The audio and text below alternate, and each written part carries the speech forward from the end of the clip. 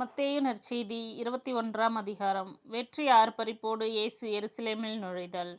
இயேசு தம் சீடரோடு எருசலேமை நெருங்கிச் சென்று ஒலிவமலை அருகில் இருந்த பெத்பகு என்னும் ஊரை அடைந்தபோது இரு சீடர்களை அனுப்பி, நீங்கள் உங்களுக்கு எதிரே இருக்கும் ஊருக்குள் செல்லுங்கள். சென்றவுடனே அங்கே கட்டி வைக்கப்பட்டிருக்கிற ஒரு கழுதையையும் அதனோடு ஒரு குட்டியையும் காண்பீர்கள். அவற்றை அவிழ்த்து என்னிடம் கொண்டு வாருங்கள். யாராவது உங்களிடம் ஏதேனும் சொன்னால், இவை ஆண்டவருக்கு தேவை என சொல்லுங்கள். உடனே அவர் அவற்றை அனுப்பிவிடுவார் என்றார். மகள் சீயோனிடம் சொல்லுங்கள், இதோ உன் அரசர் உன்னிடம் வருகிறார்.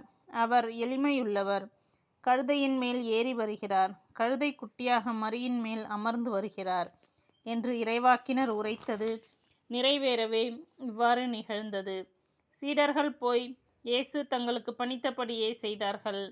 அவர்கள் கழுதையையும் குட்டியையும் ஓட்டிக்கொண்டு வந்து அவற்றின் மேல் தங்கள் மேலுடைகளை போட்டு இயேசுவை அமர செய்தார்கள். பெருந்திரளான மக்கள் தங்கள் மேலுடைகளை வழியில் விரித்தார்கள். வேறு சிலர் மரங்களில் இருந்து கிளைகளை வெட்டி வழியில் பரப்பினர். அவருக்கு முன்னேயும் பின்னேயும் சென்ற கூட்டத்தினர், தாவீதின் மகனுக்கு ஓசானா, ஆண்டவர் பெயரால் வருகிறவர் பேறு பெற்றர், போற்ற பெறுக, உன்னதத்தில் ஓசானா என்று சொல்லி ஆர்ப்பரித்தனர்.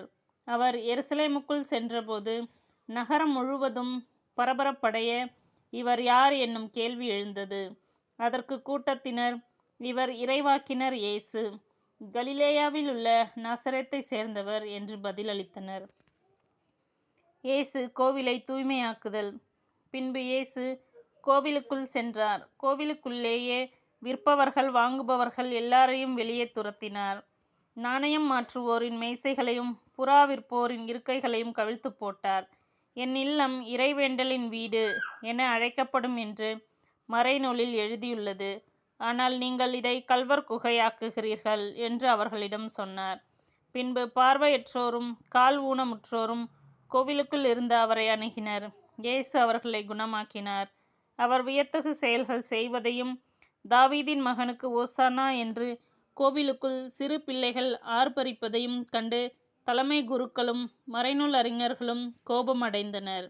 அவர்கள் அவரிடம், இவர்கள் சொல்வது கேட்கிறதா என இயேசு அவர்களிடம், ஆம், பாலகரின் மழலையிலும் குழந்தைகளின் மொழியிலும் உம்மை புகழ ஏற்பாடு செய்தீர் என்று ஒருபோதும் மறைநூலில் படித்ததில்லையா என்று கேட்டார்.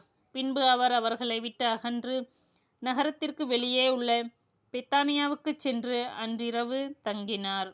ஆமீன்.